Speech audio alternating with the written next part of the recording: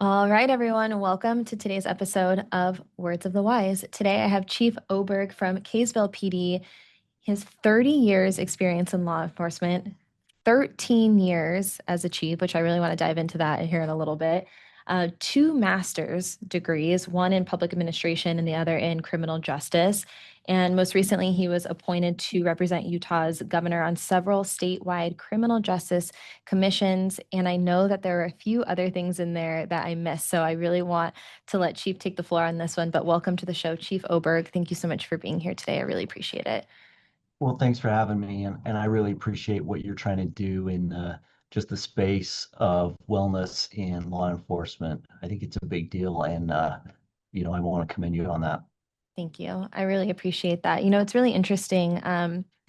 When I started in this space 9 years ago, I had someone in leadership come up to me and directly, like very blatantly say, like, this will never be a thing. Like, cops don't do this. Wellness is not a part of our culture. And if you want to volunteer, like, we won't say no, but just so this is not going to be like a career for you kind of thing. And it wasn't like rude. They didn't say it. I don't think it was like they were trying to be mean to me, but I think they were just trying to give me a heads up of like, hey, like this isn't our culture. Cops don't do this. And now we're here on this podcast today, almost 9 years later. So it's really kind of a pinch me moment for me to be able to do this. So I appreciate you and your time in coming on here today.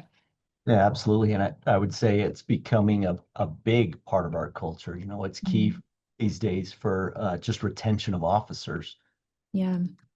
Yeah. I think obviously I think anyone who's listening has seen the progression of what it's looked like. And I think too, we're starting to see what the younger, I'll put that in like quotes, obviously all ages are entering into this profession today, but the newer generation that's coming in here, I think that they want to be taken care of. They're looking for organizations that are going to truly value them and care about them. And I'm hearing a lot of those questions of, okay, well, how are you going to take care of my wellness? How are you going to support me and my longevity and my family? And so it's, I think, a different conversation. I think a lot of agencies are, I don't want to say forced because I think that they're all willing to do this and they also see the importance of this. But I think that it's now a time where you kind of have to adapt to that, or else, like you said, you're not going to be able to retain or hire the people who are looking for those things. Yeah, and sometimes I'll hear administrators kind of complain about it because that's not how it was when they got in. But I think it's a really healthy outlook. Look, I mean, it's like any other relationship. You want to have boundaries and you want it to be reciprocal both ways, and loyalty goes both ways. Mm. I think for just too long, law enforcement's been taken advantage of and taken for granted, and so I think it's really good that some of those tides are turning. I like that you said it's a partnership. How can you have an open mind to learn and adapt and support? And then on the other side of it too, it's like how can you guys work together as a team to accomplish the same mission and the goals that you have as an organization? I also like that you said boundaries. There's certain things that stick with me. I think we all have that. Like someone will say like a one line or like a quote, and you're like, wow, like that was really powerful. And I had a chief one time tell me, he said, wellness is about boundaries. And I was like, wow, yeah. I was like, and I'm really bad at boundaries sometimes. And I think that a lot of people can relate to that. It's like we always want to be yes people, like we don't want to be the person that's hard to work with. We don't want to be the person that says no to things. Like we want to, be the team player. And sometimes you have to set those boundaries and say, no, I can't do that, or no, I'm going to, take care of myself in this moment. And I think that that's really hard to do in action sometimes, especially when you care so much about taking care of everybody else and you tend to put yourself last. Yep, and that's what cops do. Hmm. They're taught to take care of everybody else, and I think they are not great at taking care of themselves. Put Yeah. themselves last.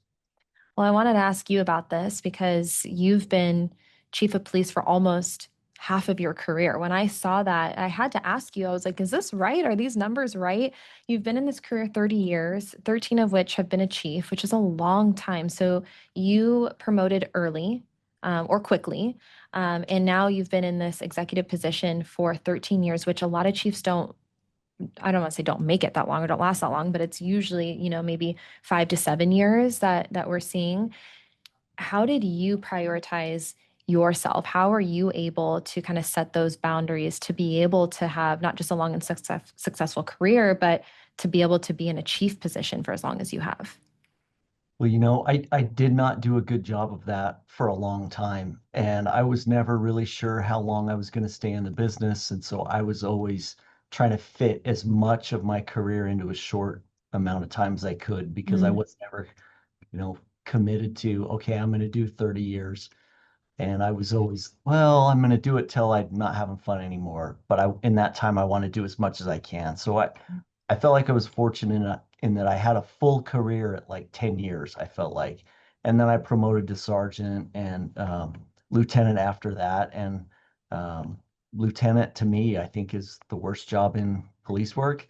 So I did 5 years of that. And then I was kind of looking for what's next. And there's really, at that point, only one direction, and that's to go up. So I found a chief's job in another agency, my current agency, and I took that with 17 years on the job and thought, hey, I can be a chief for 3 years easy. Like I'm not going to screw that up before they decide they don't want me. And it's just been very fulfilling. I'm a kind of a goal-oriented, mission-driven personality, and so always having something to do and seeing the growth and development of a department's been very satisfying to me. Yeah. Uh, but yeah, I've had my challenges along the way, health challenges, physically and mentally, things that that I did not do well. That's kind of pushed me into a position of trying to make it so our younger officers don't experience that and they have a better experience and hopefully do better than I have done. Well, I think that last part is extremely relatable. I don't think that any of us get to the end of this thing without having some sort of hindsight perspective of like, man, I could have done this better, or I should have done this better, or if I would have done this better, maybe things would have been different. And I appreciate you having that authenticity to say that because we're not perfect, and I really hope that through these conversations we can allow people to give themselves a little bit of grace, when you do um, maybe look back and think that you could have done things differently. But I also hope that for anyone who's younger in the profession, they can learn from people who have done it before them, and maybe not make those exact same choices, maybe make healthier or better choices for themselves. And I do think that it's a product of the fact that you guys, who are now in leadership, came from a time where wellness wasn't really a part of it. It wasn't even a part of the conversation. And so if you don't have awareness around something, how are you going to be able to, take action for those things? And now that it is a part of the conversation, there is awareness. Now I think that there's more opportunity to take advantage of those things. I did want to ask you, because I also related to this mentality of like wanting to accomplish everything that you can as fast as you can. And I go back and forth in my own personal, trajectory. And I ask myself, did I go too fast? Like, should I have, maybe slowed down and enjoyed the moment a little bit? Should I have maybe, pumped the brakes? Like, what would I have been maybe more well-rounded, or would I have been able to prioritize my own personal life more if I would have slowed down a little bit in my like, striving to be the best I could be professionally? Do you think that it served you really well to do that? Or do you think that you could have slowed down a little bit? Or what was maybe your perspective now that you've, been in your position for 13 years looking back? I really wished I could have slowed down. Mm. I just don't know that it was in my personality really to be able to do that. But as I've gotten older and I've bellowed out a little bit, I've looked back and thought, man, I didn't have to push so hard all the time. You don't have to fight every fight. You don't have to be 100 miles an hour all the time. And I think there's a lot to be said for just, like you said, slowing down a little bit and thinking things through and doing what's just what you think is right for you instead of worrying about, I have to always come out on top. I have to always be first. Those things. Yeah. Because in the end, a lot of that stuff just really doesn't matter. Yeah, I think I have like a conflict with it internally because on one side of things, like if I didn't have that, if I didn't have that drive to push as hard as I did, maybe I wouldn't have accomplished the things that I did, and I felt like having that work ethic and having that drive was in a way kind of a superpower of mine to, be like, I'm gonna outwork everyone. I'm gonna, put in the time and effort that it takes to achieve XYZ. Um, and I asked myself, do I think I could have accomplished the same things if I didn't have that? And my question is like, I don't know. Probably. Maybe it would have taken longer. But I think about my personal life, and that is where I think that I really fell short. Um, Everything was work. Everything. It was almost like I had like separation anxiety where I was like, if I'm not there, if I'm not putting in the work, if I'm not doing this extra thing, then how can anyone survive without me? But also, like, I'm not going to be able to, like, stand on top of this mountain that I'm trying to climb right now. And I think, personal things that really drove me where in my life where I wanted to prove people wrong. I had a little bit of a chip on my shoulder and, I wanted to get to that mountaintop. But I also sacrificed time with people who are no longer here, time that I can never get back that I wish I would have. And, that I think that's where I start to like question, was all of that worthwhile? Or if I would have slowed down a little bit, could I have had both? Well, and I think there's a sustainability component to that too. I mean, is that pace really sustainable? And for somebody in my position, I set the pace for the organization. And so, am I setting a pace that's too hard for the organization to keep up with, Mhm. for all the officers to be able to go with? And that's something I have to be more cognizant about. I remember going to a leadership class in Boston when I was a new chief, and the discussion was very much along these lines, and I was saying things like, "Yeah, I can outwork everybody, and that's what I will do in this position, and that's how I'll ensure I'm successful." And I had people challenging me, other police executives saying, "No, that is completely wrong. You cannot do that. You won't last if you Yeah. take that approach." And I've remembered that, just being challenged, and thought, "Gosh, maybe I am wrong on this." And I think there is something to that. Yeah. I think it's really interesting that you said, are you setting the pace for everybody else too? And is that sustainable for everyone who's working with you in the organization? And they're looking at you and saying, well, this is what Chief did, and this is how quickly Chief did it. And so they're trying to, keep up with you. And is that sustainable? And I've had someone raise the question for me too. They were like, you set the bar way too high for people. Just because you can do it doesn't mean that everyone else can meet you at that level. And I've had kind of debates about this too, where like I do believe in setting a high standard and a high bar, and I think that people will rise to that level. But at the same time, I do think that we have to ask ourselves, are we setting it too high? Is it unrealistic? And are we looking out for, other people's longevity too when it comes to that? Because just because we have the capacity doesn't necessarily mean that everybody else does. Exactly. And you're going to have high performers that can keep up with you until something happens in their life, Mhm. until they have an illness or something going on at home, or, we all don't keep us the same pace throughout life. We'll have our ups and downs. And as an organization, you have to try to bring that all together. Yeah, that's a really good point. The younger officer that maybe doesn't have a family yet, it's going to have capacity, way more capacity than maybe the officer that just had a baby Yeah. and is now running on fumes. So, yeah. What do you think is the biggest or greatest leadership lesson that you've ever learned? Um, you know, I think people want you to, they want to peg you in one hole. Like this guy, we need a transformational leader. We need a servant leader. And I think we just have to be careful with that because I found, at least for me, over the course of my career, that you really have to be able to adapt to different needs and adapt your leadership style.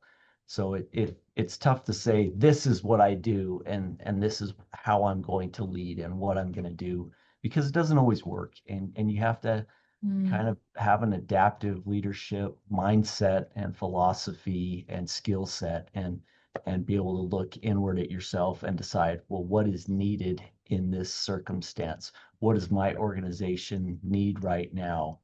And be able to move fluidly and to lead effectively. I mean, especially in this modern era, the world's changing so fastly, or fastly is a horrible word, but the world's it changing works.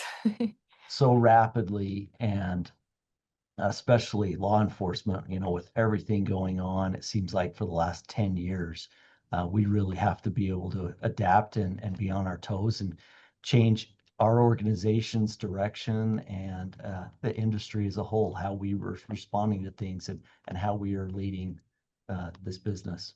Yeah. How do you think that you were able to develop that mindset? Because I agree with you 100%. And it's not always easy. It's not always easy to, because I think we all have like a way that we tend to operate and, our own like belief systems and the way that like we, you know, I always say like the way that we think and the way that we usually make decisions is based on our past experiences and our preconditioning.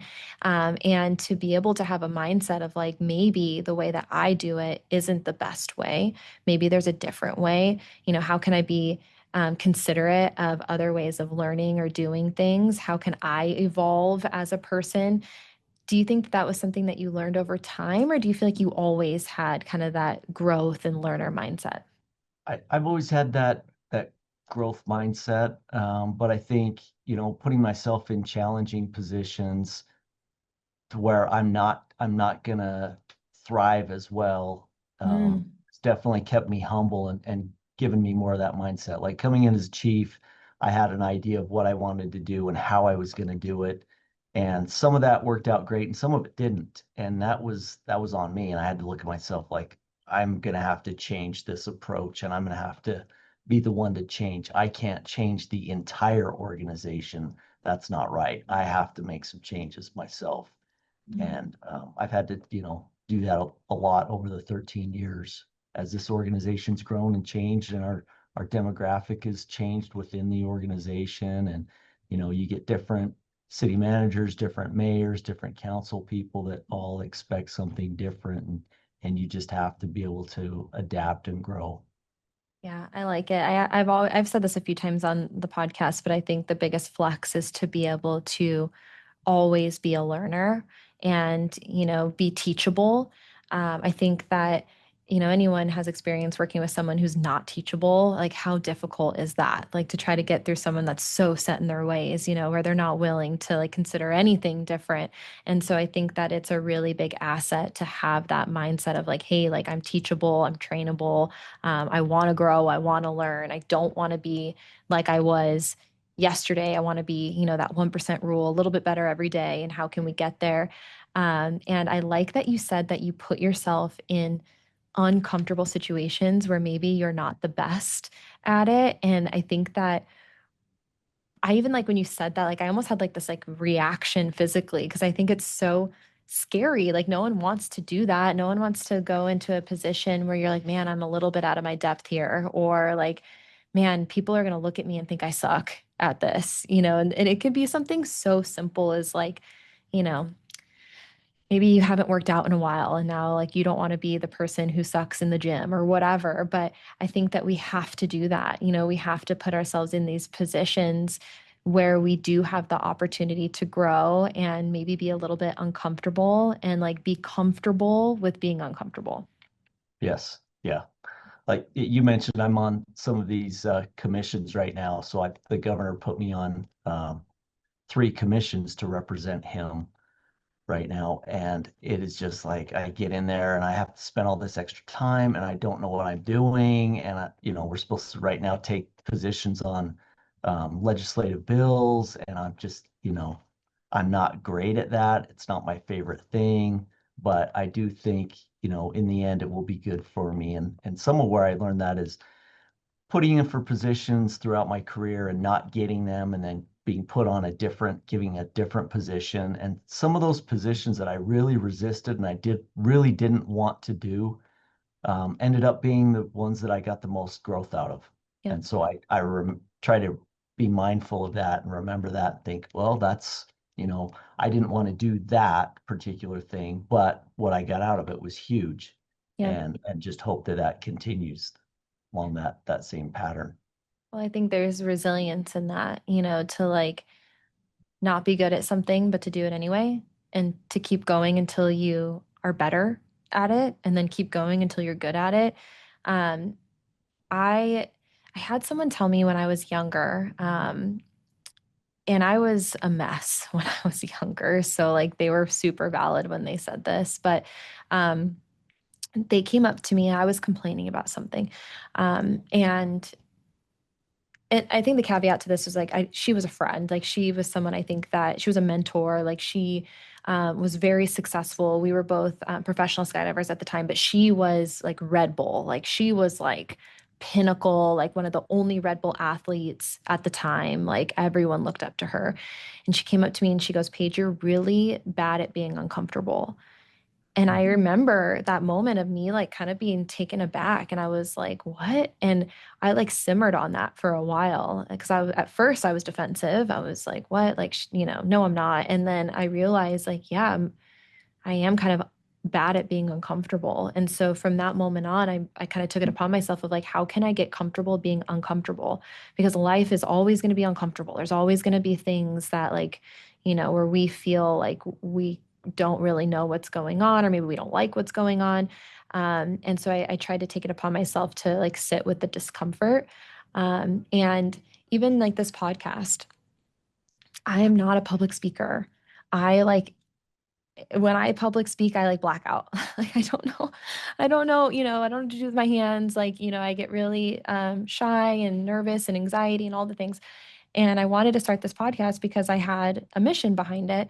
But if you go back to some of my first podcasts, I like was not good at it. I did not know how to talk to people. I did not know, how to carry a conversation. I was really nervous and like question, question, question. But now I feel like really comfortable having these conversations because it's something that I've done for a while. And if I wouldn't have put myself in that position to be uncomfortable, we wouldn't be here today and continuing to spread that message in a positive way. And so I do think that we have to just sit with that discomfort and be willing to push past it.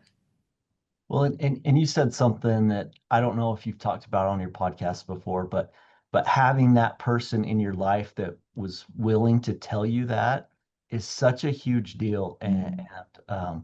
it's been such a big part of any success I've had in my life, and I credit it to the SWAT team I was on for many years. Is we were all just we held each other accountable, not Mhm. just on operations and training, but we started holding each other accountable in our personal lives, in the gym, in every aspect. Yeah. And that just made me better. And I value that so much. And I've tried to surround myself with people that will just tell me the truth and just be honest with me and without me asking. A few years ago, I'd packed on a little bit of weight around my gut, and I went and saw some friends that I hadn't seen for years, and every single one of them kind of made fun of me with my gut. And, you know, it made me look at myself like I already knew, okay, I've packed on a few pounds, but to have them say it, it's like, all right, I really need to get my act together. And just having, if we all had people that held us accountable and we were receptive to what they're saying, I think we would all be in such better positions. It's such a Yeah. big deal. Your circle matters so much. And there's a few things that you said that I think are really important to kind of like highlight. One of them is these have to be people who want you to win. Like they have to be people who care about you. If someone is just making fun of you because they don't like you or they want you to lose, they want to bring you down. I think it hits a little bit differently, but choosing your circle, people who are positive influences, people who are going to elevate you, not tear you down, I think is really important. But the other thing that you said was being receptive to hearing it. Like I had someone tell me one time, and I try to realize this because sometimes it is like personal. If someone like comments on your weight, like it's not fun to hear those things. But someone told me that if someone who cares about you, someone in your circle, gives you feedback, it's an act of love. And I really liked that a lot because I think if we can realize that when people are giving us that feedback and people are holding us accountable, that it's love. Like it's an act of care. Like they want us to be better and we should be receptive to that. And so I like that you said that of like, how can you receive it? And then how can you also surround yourself by it?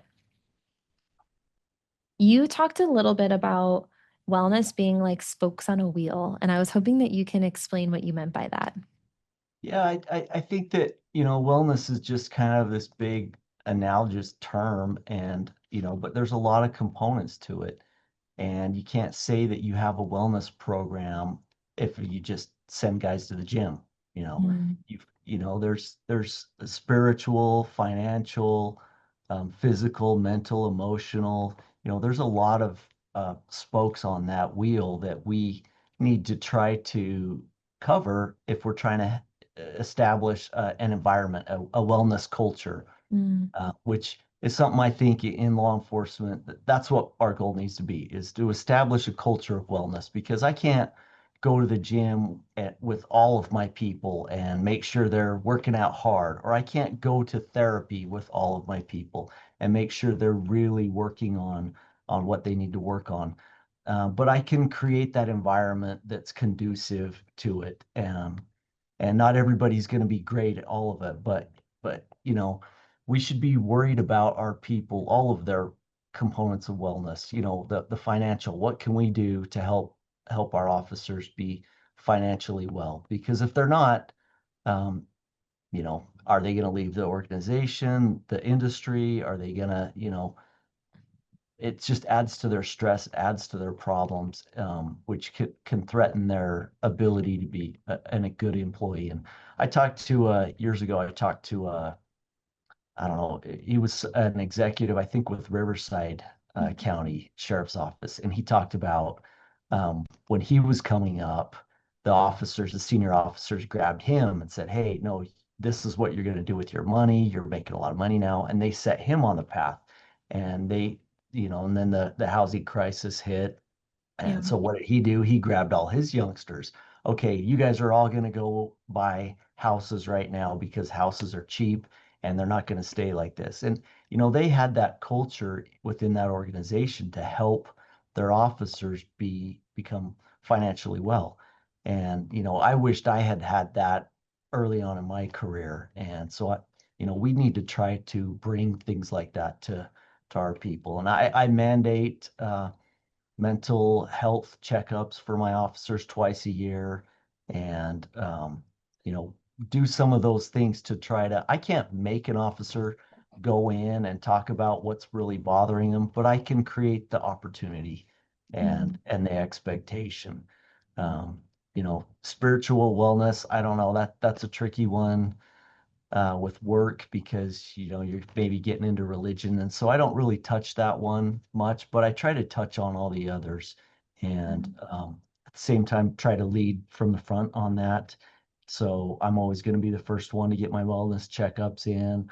I'm gonna, even though I don't care for our police gym, I'm gonna spend some time in that police gym because I want people to see me in there. Um, I'm gonna try to uh, be a good example as far as my financial situation goes and every other wellness component, out there, to try to set that expectation and that example. Yeah. I like that you said that it's all kind of intertwined because I agree with you. I think that we don't realize how much one impacts the other, and so there has to be a focus on all of it Because if we just focus on one thing, but not the rest of the puzzle, then we're never going to see the full picture of what wellness and longevity can really look like. And so I know you mentioned a few things, the physical component of it, um, getting in the gym, setting that example, creating the opportunities for them to be able to take advantage of those resources, the mental side of things. Financial is really big. I know it's a big conversation right now, but I think that we haven't, I shouldn't say we haven't. I would say that maybe I've only heard the financial component really come to light maybe in the last 2 or 3 years. Do you feel like that's kind of similar of what you guys have seen, or do you feel like you've been talking about financial for a long time? I, in my department, we have for a long For a time. long time, yeah. We bring in some financial people to lecture our officers, essentially tell them, you know, what they should be doing now early in their career to set them up to succeed Mhm. later in life. But probably haven't taken it as far as we could have or should have. We're still working on that financial culture, and you know, I think that it it's going to take some time to get there, like any other culture. I'm not sure how effective we've been. We've been very effective with some officers. They're making great financial decisions. Um, but then I've seen a couple others, and I get on them like, "What's with the brand new truck? You don't have a house yet. Yeah.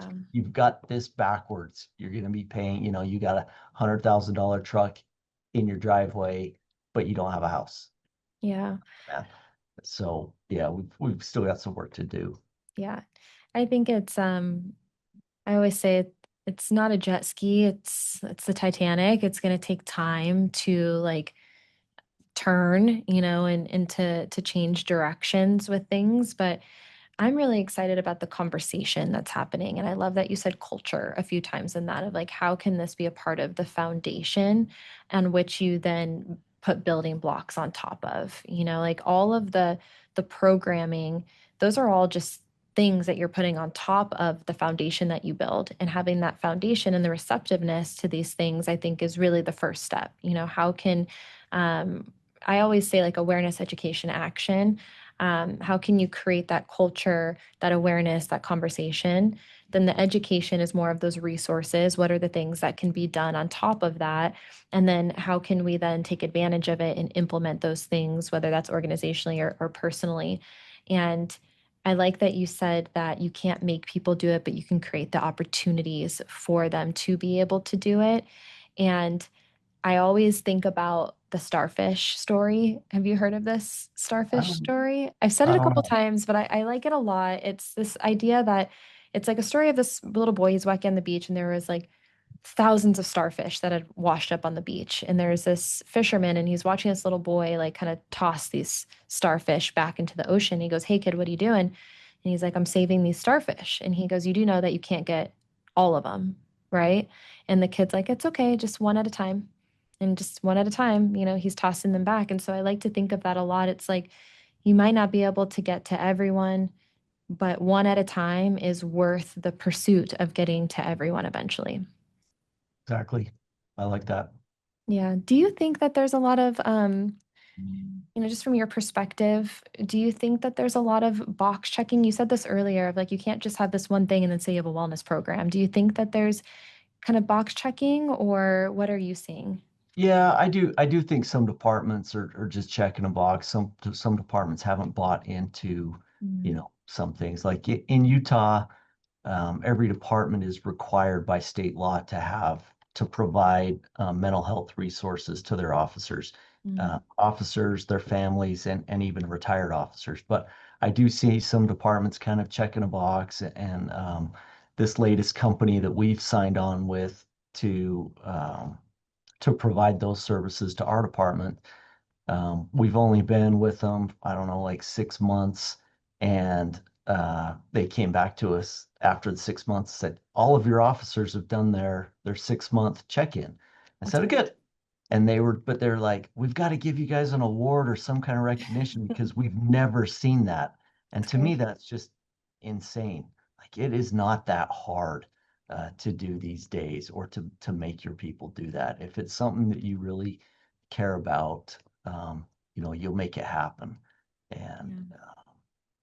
Yeah, I think we talked about this a little bit. I think that question comes up a lot of like, should certain wellness things be mandatory or should it all be voluntary? And there's arguments on both sides. And I think there's a lot of fear in making things mandatory. But then people who do make it mandatory have had a lot of success in what that looks like in breaking stigma because now everyone has to do it. And we know that people aren't going to raise their hand all the time, or like most of the time they're not going to raise their hand to do some of these things, but when you provide the opportunities to do it, or in your guys' case in some ways it's you have to do it, then people are finding success and benefiting from those things because people aren't always going to run up and volunteer themselves to do some of this stuff, but we know that it's important that they do. yeah, I mean, for a long time we had an in-house therapist for about 4 years, and for me, I would go in and say, okay, give me therapy or whatever. I didn't have any needs that I recognized, and so he'd try to, like, okay, how are you sleeping or whatever. He'd try to find something, but I never really had anything. Um, until I had a friend of mine die by suicide. And then, you know, when that happened, it was like, man, like every time I think about this guy, I'm tearing up. I'm a mess. Like this, I hate this.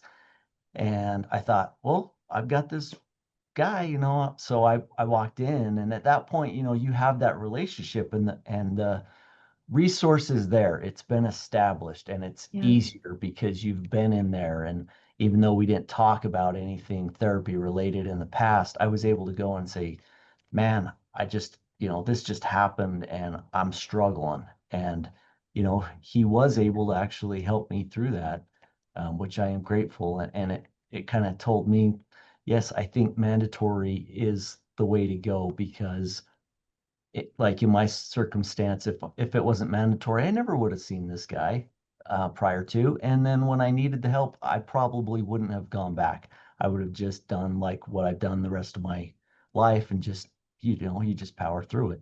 Yeah. I Eh, think it's about a soft landing. It's like we've talked about this before, and it could be any spoke of the wheel, it could be any facet of wellness. You might not need something today or tomorrow, but in a month, something might happen. And do you have that soft landing? Do you have those resources and those things that you can reach out for that are there? Or is it a situation where you don't know where to go? And I would argue that there isn't one agency out there that would choose the latter, that would want their employees and their team to have something happen like what you just explained and then not have the resources to be able to help them. yeah, yeah, it's harder no matter what, and it's not as effective. Many, many years ago, when I was a fairly new chief, we had several of our officers burned up in a guy that was trying to kill himself and light his gas station on fire. And he lit himself on fire and he hurt some of our officers in the process. And we didn't have anything in place. And so I was really, scrambling. And it's not a good position to be in ever. We got some help from the ATF and had the ATF come in, and they debriefed it and kind of maybe started us along this path towards a better wellness program. Yeah. Well, I appreciate you sharing. And I'm sure everyone who is in a leadership position has had that happen at some point where they're like, man, like, what do we do now? But I think the important part is how did you learn and evolve and adapt to that? And now you guys have a robust wellness program. And now, if something like that happens today, you have the resources to support your team. And I think there's always going to be a little bit of like us learning from the hard things that we go through. And the important part is like, how can we just try to be better? How can we try not to make those same mistakes again? And how can we like, keep going in a positive direction? I do have kind of a two-part question for you. And because you have so many really great leadership perspectives, and you've been in this role for a long time. My first one is for leadership. What words of wisdom would you share with other leaders who are maybe trying to build a wellness program, maybe trying to create a more positive or wellness forward culture? What advice would you give to them if maybe they're kind of in the infancy stages or they don't know where to start? I would say there's a lot of resources out there. There's a lot of departments that have great programs already, and you don't have to invent anything. I mean, Mm, there's such good resources these days, and just reach out to people and ask what they're doing, and you'll come away with some fantastic ideas. And then pick the low-hanging fruit. Pick the things that your department needs that are easiest to do and get some of those early victories. Find something that's not scary and not hard so that you get a quick win. And once you get that win, it's easier to build on that win and do the next thing and the next thing until your program is robust. mm. I like that. I think that a lot of agencies feel like they're alone, but this idea of like, how can you reach out to other people who are doing it really well? And then how can you start with like the easiest win? Yeah. Yeah. For the younger generation, I say younger, but the newer generation, the men and women who are entering into this career today, what words of wisdom would you share with them? I would tell them not to sell their career short. Um, which is something that I did. So when I Mm, got in, I wasn't sure I wanted to be an officer, but some of my friends were getting in, and I thought I'm going to do this for a couple of years till I get through school and figure out what I want to do with life. And then it was like, okay, I'm having fun. I'm going to do this for a few more years. And then it was, okay, I will do this for 10 years, and then I'm getting out. And I was always kind of looking for that way out. Okay, I can leave at 20. I'm out at 20 no matter what. And here I am at 30 years, and I just wished I would have, not always been looking for that way out or looking for the next best thing, but really enjoyed what I was building and saw where I was going with it. And I think it's a trap, especially in this career, because you can get out at, whether it's 20 or 25 or whatever your state retirement system is.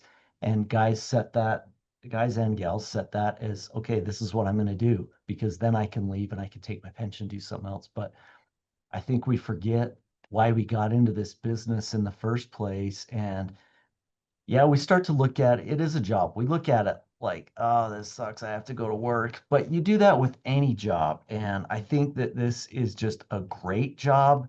And sometimes we forget that. And yeah, man, by the time you've hit 20 years or 15 or whatever, man, you've really got to some great skills and abilities and put a lot of time and effort in that career. And I think it's just a shame to just sell it short when mm, maybe 30 years is the right, timeline for you, maybe 35. And I just got a flyer from a guy retiring from LAPD at 40 years. And I wow. think, man, that is unbelievable. I don't know that it's healthy. I don't know that I want to do 40 years, but God bless him for being able to do that and contribute for that long. And I see so many people getting out and then they never really find what they were looking for. And a lot of them, especially the last few years, I've seen coming back. I had a Mm, friend of mine get out and he did a bunch of nonsense jobs for years. And now he went back to the police academy because his certification expired and he's back on the road and he's loving what he's doing. And I'm thinking, man, that's a guy who never should have left. And I see more yeah, and more people trying to come back, but I think it's just because we're selling that career short.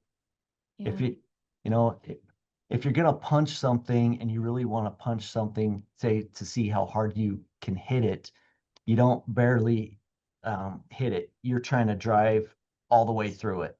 And that's what I think we should do on this career. Like set your goals way down the road and, if you don't make it or you decide to leave earlier because that's what's right for you, then that's great. But at least you set your goals on the stars. Yeah.